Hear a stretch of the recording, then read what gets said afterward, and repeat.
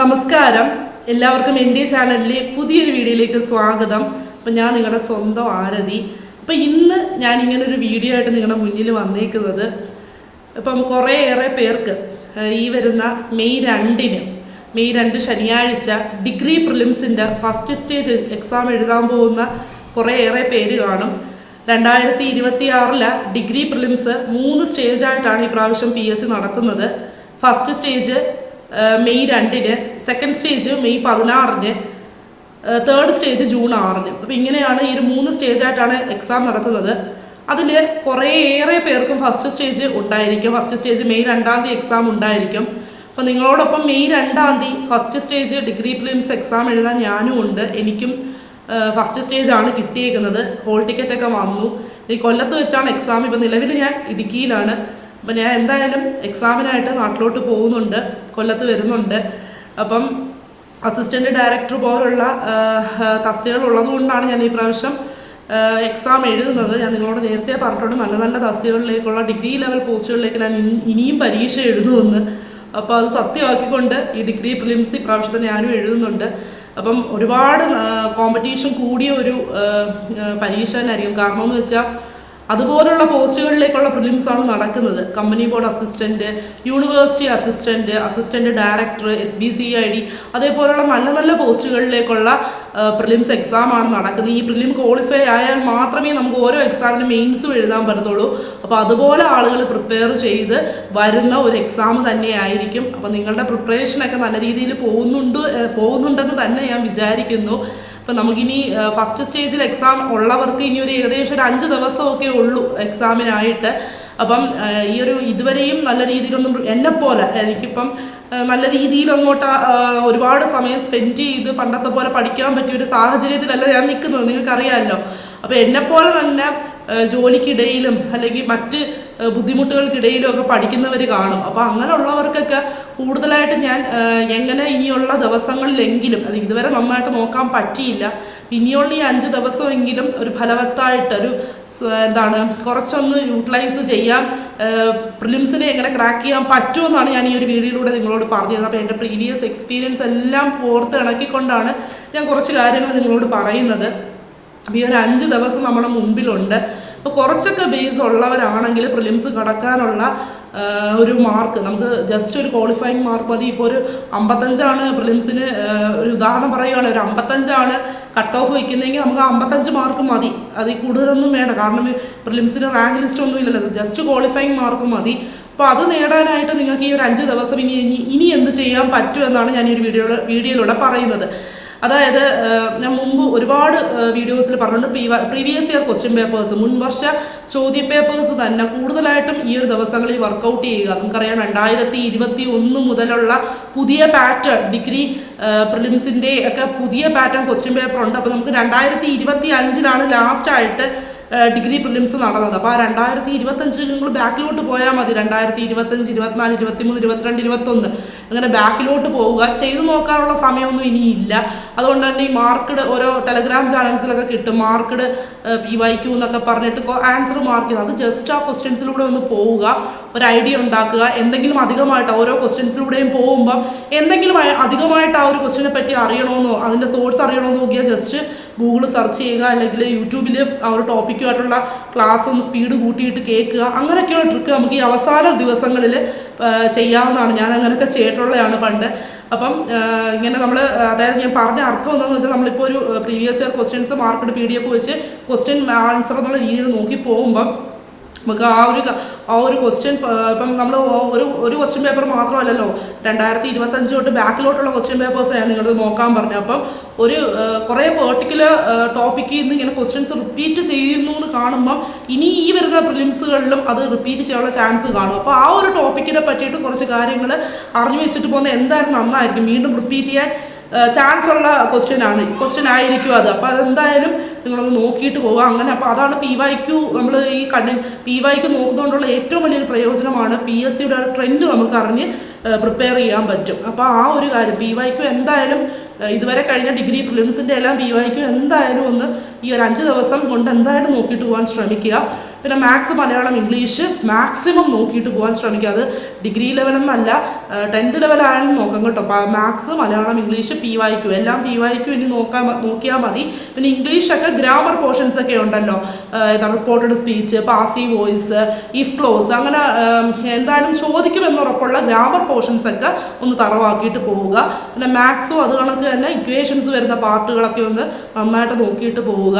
മലയാളം നിങ്ങൾ ഞാൻ പറഞ്ഞിട്ടുണ്ട്, മലയാളം ഫസ്റ്റ് ബെൽ ചാനൽ കാണുന്നവർക്ക് മലയാളം ഒരു പ്രശ്നമായിരിക്കത്തില്ല.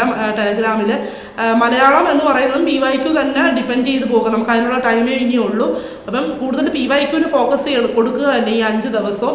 പിന്നെ കറണ്ട് അഫയേഴ്സ് എവിടെ തൊട്ട് പഠിക്കണമെന്നുള്ള കൺഫ്യൂഷൻ ഒരുപാട് ഞാൻ കണ്ടിട്ടുണ്ട്, ഒരുപാട് പേര് ചോദിക്കുന്നത്. ഇപ്പോൾ കറണ്ട് അഫയേഴ്സ് എന്ന് പറയുന്നത് നമ്മൾക്ക് എന്നാണോ ഏത് മാസമാണോ പരീക്ഷ വരുന്നത് ആ മാസത്തിന് ഒരു 2 മാസം, ഇപ്പം നമുക്കിപ്പം മെയ്യിലല്ലേ പരീക്ഷ, അപ്പോൾ ഒരു ഏപ്രിലൊക്കെ വരുന്ന ഏപ്രിൽ വരെയൊക്കെ ഉള്ള കറണ്ട് അഫയേഴ്സ് നോക്കിയിട്ട് പോകുന്നതായിരിക്കും സേഫ് എന്ന് പറയുന്നത്. അതായത് ജനുവരി, ഫെബ്രുവരി, മാർച്ച്, ഏപ്രിൽ റീസെൻ്റ് ആയിട്ടുള്ള കറണ്ട് അഫയേഴ്സ് എന്തായാലും നന്നായിട്ട് നോക്കിയിട്ട് വരും. ഇപ്പോഴത്തെ PSCയുടെ ഒരു ക്വസ്റ്റ്യൻ പേപ്പർ ട്രെൻഡിൽ റീസെൻറ്റ് കറണ്ട് അഫയേഴ്സിന് കൂടുതൽ ഫോക്കസ് കൊടുത്ത് ചോദിക്കുന്നതായിട്ട് കാണുന്നുണ്ട്. അതേപോലെ 2025 അവസാന മാസങ്ങളിൽ ഡിസംബർ, നവംബർ, ഒക്ടോബർ അങ്ങനെ അവസാന മാസങ്ങളിലെ കറണ്ട് അഫയേഴ്സും കുറച്ചുകൂടി നന്നായിട്ടൊന്ന് നോക്കുക. എന്നാലും കൂടുതൽ ഫോക്കസ് കൊടുക്കുക ജനുവരി, ഫെബ്രുവരി, മാർച്ചൊക്കെ നന്നായിട്ട് നോക്കുക. മാർച്ച്, ഏപ്രിലൊക്കെ നന്നായിട്ട് നോക്കിയിട്ട് പോവുക കറണ്ട് അഫയേഴ്സ്. അപ്പോൾ അതിൽ നിന്നൊക്കെ എന്തായാലും ക്വസ്റ്റ്യൻസ് വരാനായിട്ടുള്ള ചാൻസ് ഉണ്ട്. പിന്നെ എനിക്ക് പറയാനുള്ളത്, പിന്നെ എന്താണ് പറയാനുള്ളത്, ആത്മവിശ്വാസം കൈവിടാതിരിക്കുക എന്നുള്ളതാണ്. ഈ 5 ദിവസം നിങ്ങളുടെ മുമ്പിൽ 5 ദിവസം ഉണ്ടെങ്കിൽ അത്രയും സമയം കിട്ടിയിട്ടുണ്ട്. ഇനിയുള്ള ഈ ദിവസമെങ്കിലും നല്ല രീതിയിൽ യൂട്ടിലൈസ് ചെയ്താൽ നിങ്ങൾക്ക് ആ പ്രിലിംസ് ക്രാക്ക് ചെയ്യാനുള്ള മാർക്ക് കിട്ടാവുന്നതേ ഉള്ളൂ. അപ്പം എൻ്റെ ഒരു എക്സ്പീരിയൻസിൽ നിന്ന് എനിക്കിപ്പം പറയാൻ പറ്റും. കാരണം ഇതൊക്കെ ഞാൻ പരീക്ഷിച്ച് വിജയിച്ചിട്ടുള്ള കാര്യങ്ങളായതുകൊണ്ട് എനിക്ക് കൂടുതൽ കോൺഫിഡൻസോടുകൂടി നിങ്ങളുടെ ഇത് പറയാൻ പറ്റും. അതുകൊണ്ടാണ് പറയുന്നത് കേട്ടോ. അപ്പോൾ കറണ്ട് അഫയേഴ്സ് ഇങ്ങനെ ഇപ്പം ഞാൻ പറഞ്ഞു, ഇപ്പം ഞാൻ ജോലിയൊക്കെ ആയിട്ട് ഇങ്ങനെ ഭയങ്കര ബിസി ആയിട്ടൊക്കെ നിൽക്കുന്നത് കൊണ്ട് എനിക്കിപ്പം കറണ്ട് അഫയേഴ്സൊക്കെ എൻ്റെ കയ്യിൽ നിന്ന് പോകുന്ന കണക്കെ ഒരു ഫീൽ വന്നതുകൊണ്ട് ഞാൻ കറണ്ട് അഫയേഴ്സിന് വേണ്ടിയിട്ട് ഒരു ഫ്രീ ടെലഗ്രാം ചാനൽ, ഒരു പെയ്ഡുമല്ല, പെയ്ഡ് കോഴ്സേ അല്ല, ഒരു ഫ്രീ ആയിട്ടുള്ളൊരു ടെലഗ്രാം ചാനൽ ഞാൻ തുടങ്ങി. വാർത്തകളിലൂടെ എന്നാണ് ആ ഒരു ടെലഗ്രാം ചാനലിൻ്റെ പേര്. അപ്പം അത് ഞാൻ ഫ്രീ ആയിട്ട് എന്താണ് വളരെ ഇമ്പോർട്ടൻ്റ് ആയിട്ടുള്ള കറണ്ട് അഫയേഴ്സ് മാത്രമേ ഞാനത് ഷെയർ ചെയ്യൂ, പിക്ചർ സഹിതം. അതായത് നമുക്ക് കൂടുതൽ മെമ്മറൈസ് ചെയ്യാൻ വേണ്ടിയിട്ട് പിക്ചർ സഹിതം ആ ഒരു വാർത്ത ഷെയർ ചെയ്യുകയാണ് ആ ഒരു ചാനലിലൂടെ ചെയ്യുന്നത്. വളരെ ഇമ്പോർട്ടൻ്റ് ആയിട്ടുള്ള റീസെൻറ്റ് കറണ്ട് അഫയേഴ്സ് എല്ലാം അതിൽ പതിയെ ഇങ്ങനെ ഷെയർ ചെയ്ത് തുടങ്ങിയിട്ടുണ്ട്. അപ്പോൾ അതിൻ്റെ ലിങ്ക് ഞാൻ ഈ ഒരു വീഡിയോയുടെ കമൻറ്റ് ബോക്സായിട്ടും ഡിസ്ക്രിപ്ഷനിലും ഒക്കെ കൊടുത്തേക്കാം. അപ്പം ആ ഒരു ലിങ്ക്, അല്ലെങ്കിൽ നമ്മൾ ആരതി ആയെന്ന് പറഞ്ഞ ടെലഗ്രാം ചാനൽ വന്നാലും നിങ്ങൾക്ക് ആ ഒരു ചാനലിൻ്റെ ലിങ്ക് കിട്ടും.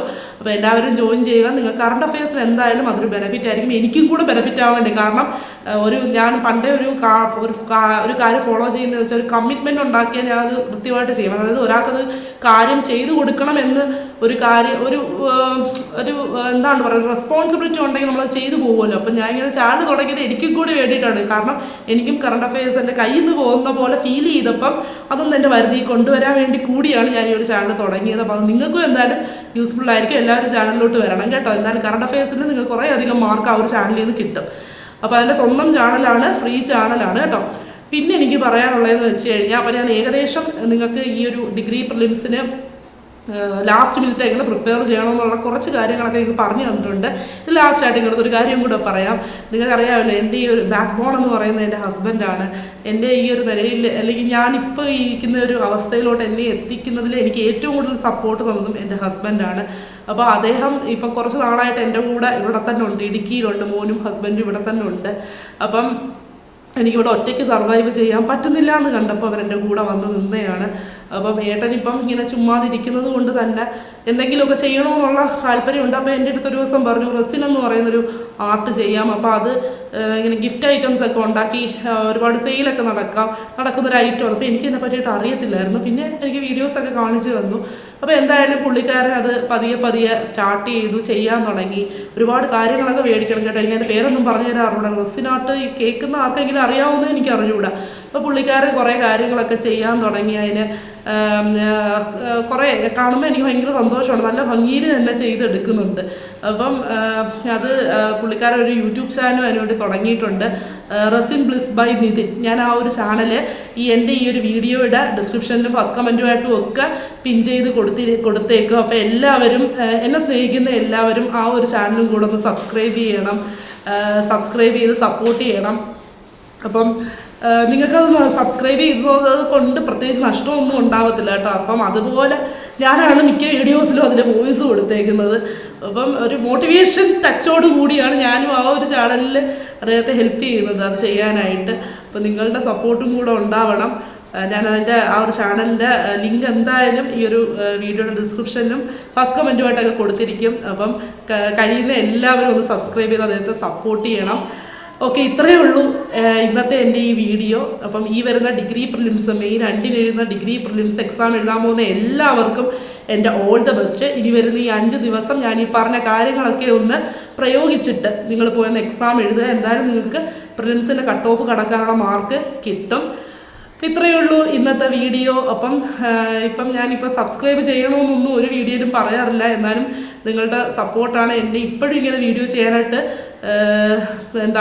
പ്രചോദിപ്പിക്കുന്ന നിങ്ങളുടെ സപ്പോർട്ട് തന്നെയാണ്. അതുകൊണ്ട് എല്ലാവരും സബ്സ്ക്രൈബ് ചെയ്തും സപ്പോർട്ട് ചെയ്യണം. വീഡിയോ കാണുന്നവർ എല്ലാവരോടും സ്നേഹം മാത്രം. നന്ദി.